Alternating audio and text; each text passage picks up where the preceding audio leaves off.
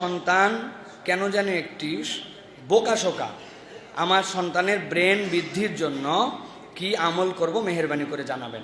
প্রথমে আমি আমার পিতা মাতাদেরকে বলবো, প্রিয় ভাইয়েরা, সরলতাকে আপনি কখনো বোকামি ভাববেন না, আর সব চালাকিকে আপনি বুদ্ধিমানের পরিচয় মনে করবেন না। অতএব আপনার সন্তান সরল হতে পারে, অতএব তাকে অ্যাপ্রিসিয়েট করেন। হ্যাঁ, আপনি যদি অন্য কোনো ক্ষেত্রে দেখেন হ্যাঁ যে তার ল্যাকিংস অফ নলেজ অথবা তার মুখস্থ শক্তি কম অথবা বোঝে কম, সেই ক্ষেত্রে আপনি ভিন্নভাবে বলতে পারেন যে তার ব্রেন দুর্বল। কিন্তু আপনার সন্তানটা সরল যদি হয়, তাকে যেন বোকা বলেন না। এই পৃথিবীতে এখন সবচেয়ে বড় যেটার অভাব সেটা হচ্ছে সরলতা এবং বিনয়।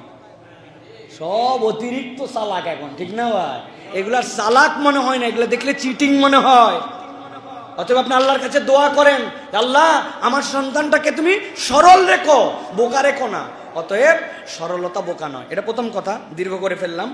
এরপরে দোয়ার ক্ষেত্রে আমি বলবো দুইটা জিনিস পিতামাতার জন্য, আর কিচ্ছু লাগে না।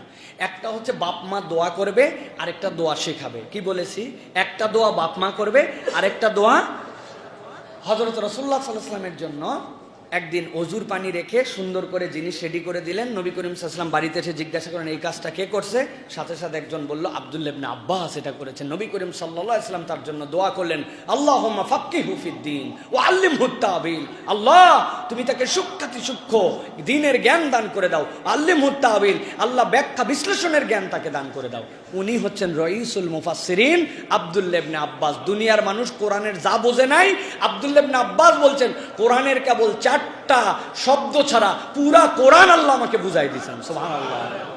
আল্লাহ রাব্বুল আলামিন এই জ্ঞান দিয়েছিলেন। আপনি আপনার সন্তানের জন্য একই দোয়া করবেন, আল্লাহুম্মা ফাক্কিহু ফিদ্দীন। এটা বুখারীর একটা বর্ণনা, আর বুখারী মুসলিমের আরেকটা বর্ণনা, আল্লাহুম্মা ফাক্কিহু ফিদ্দীন ওয়া আল্লিমহু তা'বীল। মুখস্থ করবেন, বলবেন হুজুরের কাছে নিয়ে এসে দোয়া করুন। আপনি আপনার সন্তানের জন্য দোয়া শিখতে চাচ্ছেন, এইটুকু শিখতে পারবেন না? আল্লাহুম্মা ফাক্কিহু ফিদ্দীন ওয়া আল্লিমহু তা'বীল। আপনি আপনার সন্তানের মাথায় হাত দিয়া আপনি আপনার সন্তানকে যখন পাবেন কাছে টেনে নিয়ে আপনি তার জন্য দোয়া করতে থাকবেন। আপনার সন্তান নাই, আল্লাহর কাছে দোয়া করতে থাকবেন। এইটা আর একটা দোয়া আপনার সন্তানকে শিখিয়ে দিবেন। কি? আপনি আপনার সন্তানকে শিখাবেন রব্বি জিদনি ইলমা। খুব কঠিন না ভাই?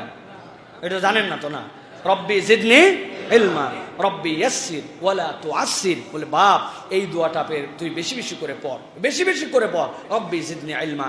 আগে বাচ্চা কাচ্চা বই খুললেই আউযু বিল্লাহি মিনাশ শাইতানির রাজিম বিসমিল্লাহ, সেই অঙ্ক শিখলেও আমি দেখেছি রব্বি জিদনি ইলমা এটা পড়ে আমাদের চালুই করতো। সেই মাদ্রাসায় পড়ুক, স্কুলে পড়ুক, এইটা দিয়ে আমরা শুরু করতাম। কিন্তু আমাদের শিক্ষা ব্যবস্থা এমন